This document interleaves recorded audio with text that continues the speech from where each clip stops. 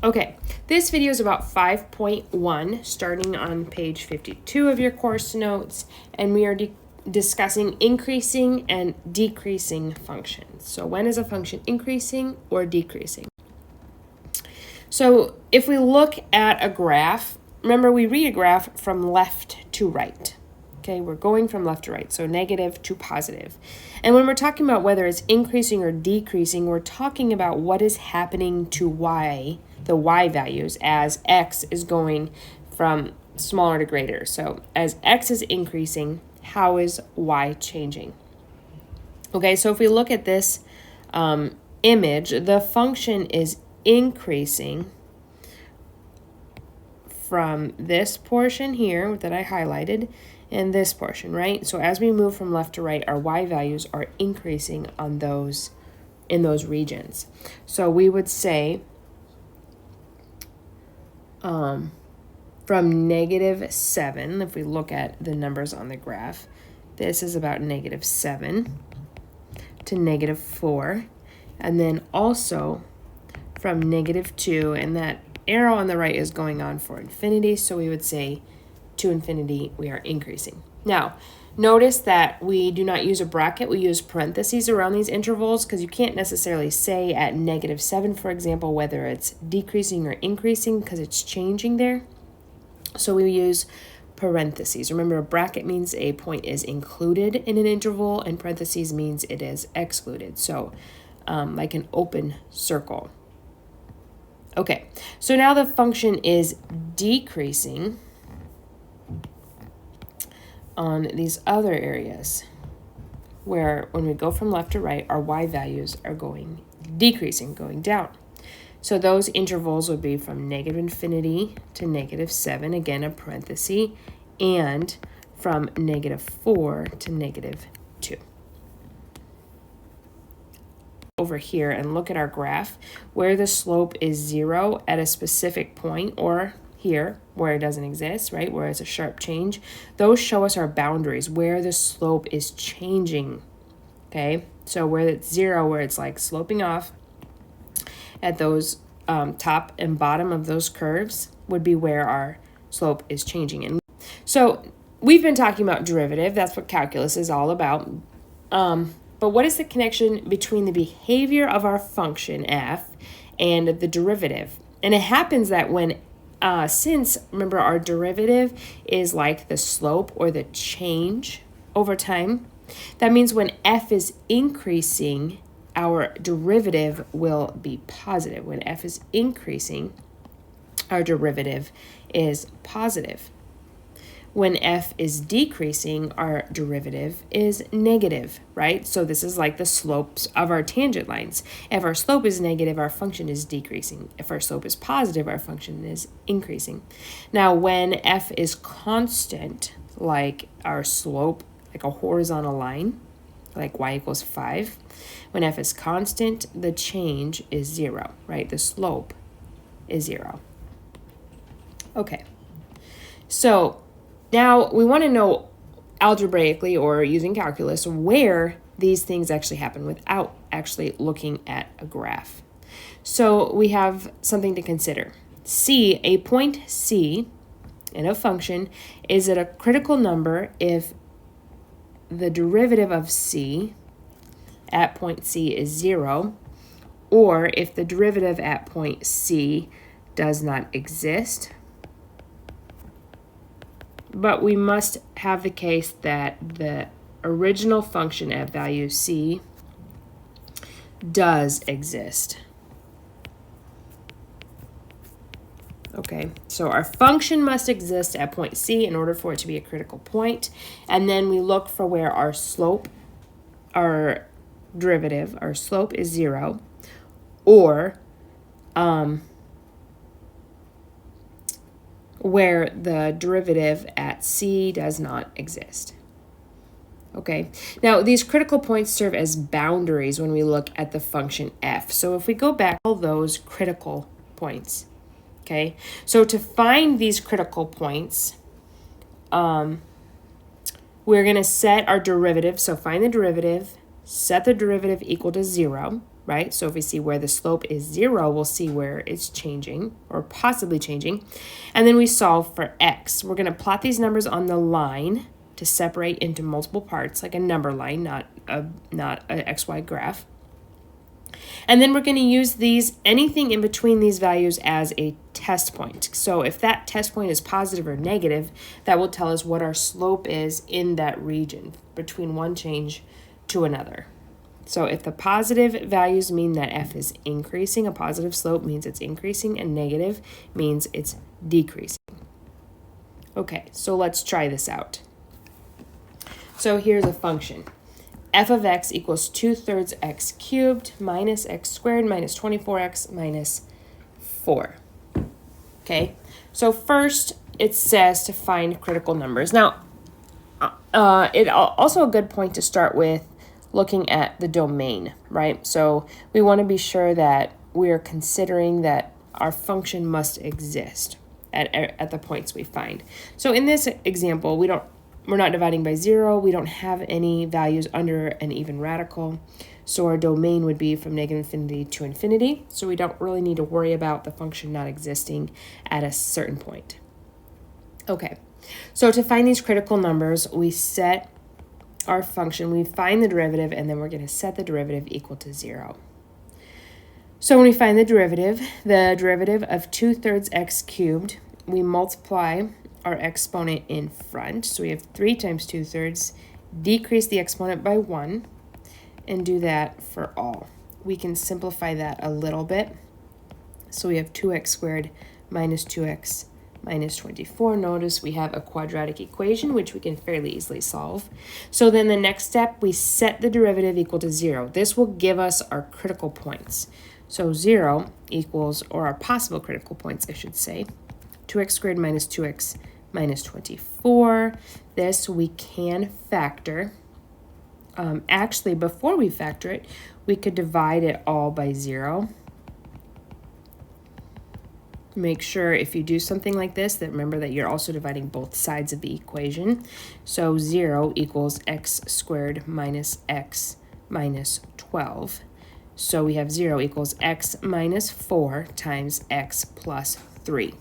So then you set each factor equal to 0. We get x equals 4 and x equals a -3.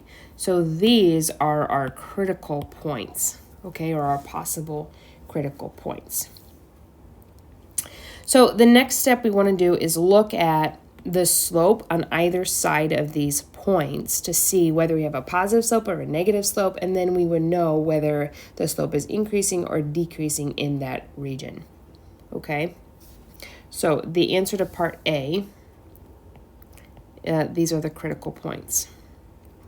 Okay, so we want to find the intervals where this is taking place, where our slope is increasing or decreasing. So on a number line, we have -3 and 4, 0 somewhere in the middle between these, and 4 is to the right. So we just need a broad idea of where these are in relation to one another. So this breaks our graph into, or our region into 3 sections. We have -infinity to -3, we have 3 to 4, and we have 4 to positive infinity. So -3 and 4 are, remember, where our slope is 0, right? So where the slope is potentially changing. So we will check any point less than 3, any point between -3 and 4, and any point greater than 4, and see what our slope is at that point. So in order to find what the slope is, that would mean we're checking the derivative. Okay, so you want to pick something as easy as possible, okay? Keep things basic if possible. So let's look at the derivative at -4. So that means we would be plugging in -4 to our derivative function here. So 2 times -4 squared minus 2 times -4 minus 24. And we get 16. So that means the slope for all values, if it's true for -4, you can check if you want, but it is also true for all values less than -3. Okay, that's the beauty of finding our critical points. So our slope is positive between -infinity and -3. And then we would check something between -3 and 4. The easiest thing to check would be 0. If we plug 0 in, we will get -24 and it's negative.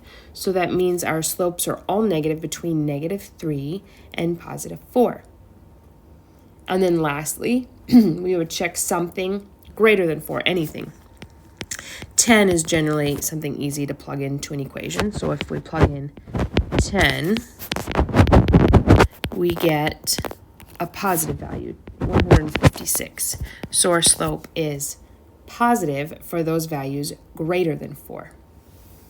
Okay, so now when we go back to answer our question, part B asks us the open intervals, remember that means just use parentheses, not brackets, the open intervals where the function is increasing. So we're increasing, we have a positive slope between -infinity and -3, and between 4 and infinity.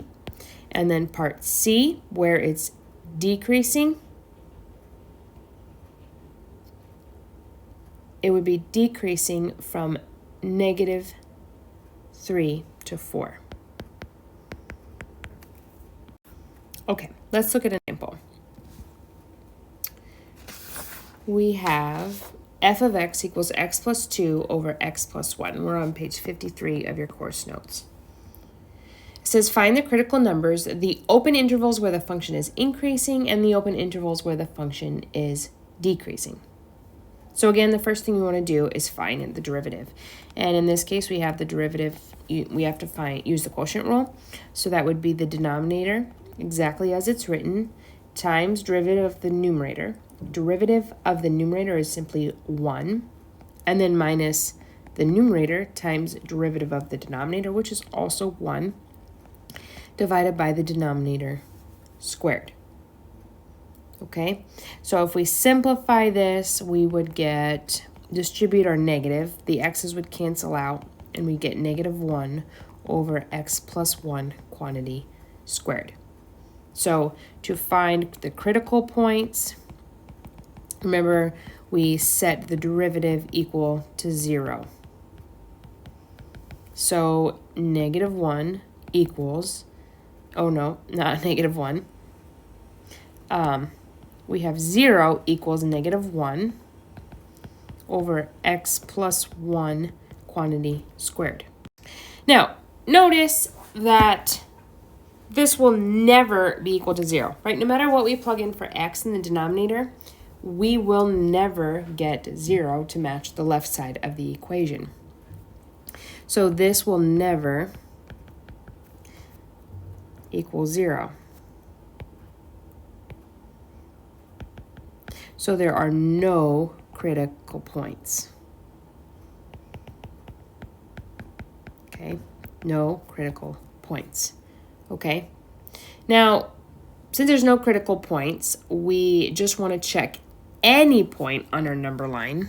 Okay, any point on our number line to see whether the entire function is either increasing or the entire function is decreasing, but there's no change. Since there's no critical points, there's no point where we're hitting a slope of 0 and where we're changing from positive to negative. Okay, so either all of it's increasing or all of it's decreasing.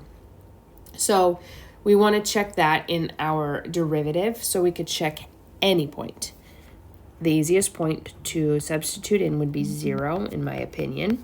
So we have -1 over 0 plus 1 squared. So the derivative at any point would be -1. So the entire function is decreasing. So the answer to part A is no critical points. It's never increasing because our slope is never positive. And it's decreasing from -infinity to infinity.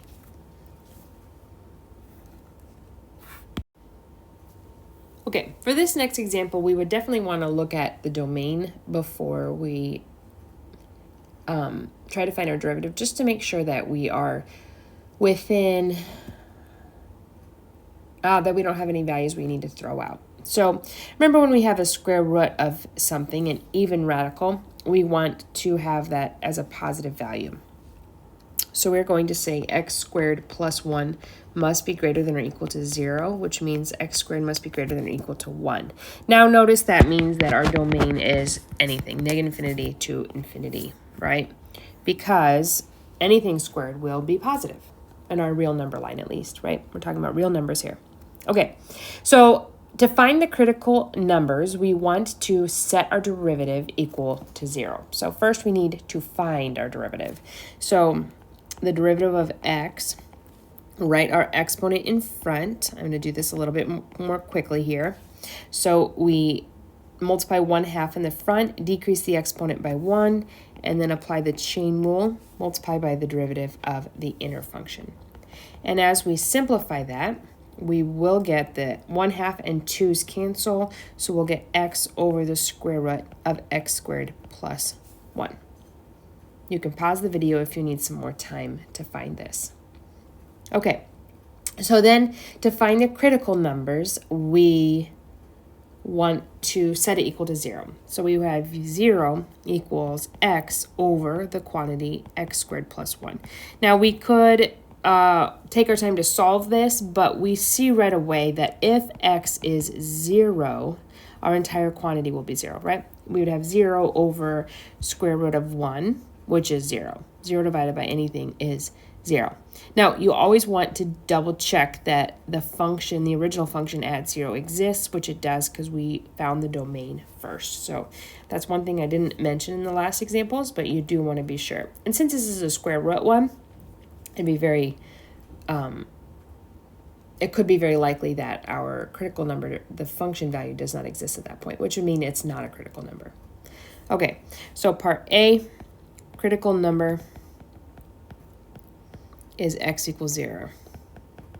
Okay, part B, we want to first graph this and find on either side of 0 whether the function is increasing or decreasing. Okay, so we check anything to the left of 0. So let's check -1 into the derivative. So we'd have -1 over square root of -1 squared plus 1. So we get -1 over square root of 2. It really doesn't matter what the value is. We just want to know that it is negative. And then we check something to the right of 0. We can check +1. We get 1 over square root of 1 plus 1, which again is positive. Doesn't even really matter what the value is. Okay, so this means that our function is B is where it is increasing, and that would be where our slope is positive. So that would be from 0 to infinity, and it is decreasing to the left of 0. So that would be from -infinity to 0. Okay, last example in this section.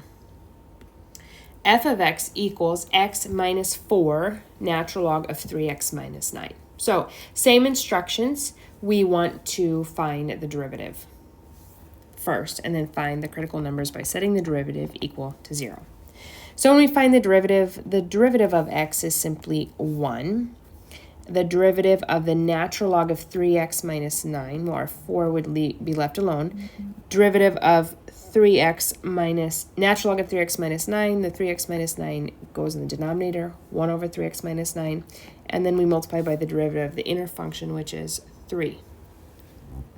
So we would get 1 minus, well, we could do this a couple different ways. We could simplify the 3 and cancel them. Let's see. So the 3 cancels with this 3, and this one reduces to a 3. So in other words, you're dividing it all by 3, right? So as long as we're being consistent. So we get 4 over x minus 3. Okay, so to find critical numbers, we want to set this equal to 0. So we say 0 equals 1 minus 4 over x minus 3. So we could subtract the 1 from both sides. And then we'd multiply both sides by x minus 3. So when that happens on the left side, our signs would switch. So we get negative x equals -7 to subtract 3 from both sides. So we get x equals 7. So we have a 1 critical point. That's part A.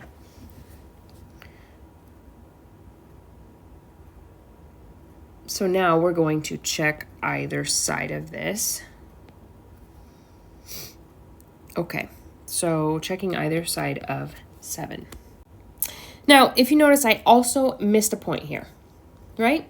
I missed something. At the beginning, we need to check our domain, and I didn't do that. So before I want to check any points on the number line, I want to know which range of numbers I can check, right? So which values are possible.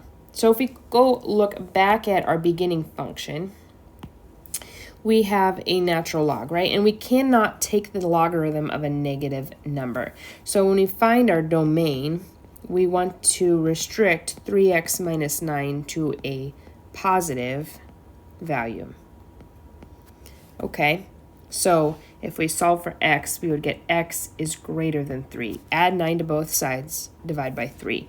So this is our domain, okay? So when we're finding our critical points, when we're looking at critical points, the function does not exist at less than 3. So when we're checking it, we're not checking less than 3. We're checking between 3 and 7 and greater than 7. Okay, so it is very important whether you do it at the beginning or before you plot your points to find the domain of your function. So going back to our number line, check something between 3 and 7. Let's say we check our value at 4, our derivative at 4. We get 1 minus 4 over 4 minus 3. So the derivative at 4 is 1 minus 4, which is negative 3. So this is a negative slope. And then we check something greater than 7. I like to check 10 for some reason. So we get 1 minus 4 over 10 minus 3. So we get a positive 3/7. Our slope is increasing. Okay, so when we answer these questions, our critical numbers, we have 1. Critical number is x equals 7. Our function is increasing from 7 to infinity, and our function is decreasing from 3 to 7. Remember, we have to take into account our domain where our function actually exists.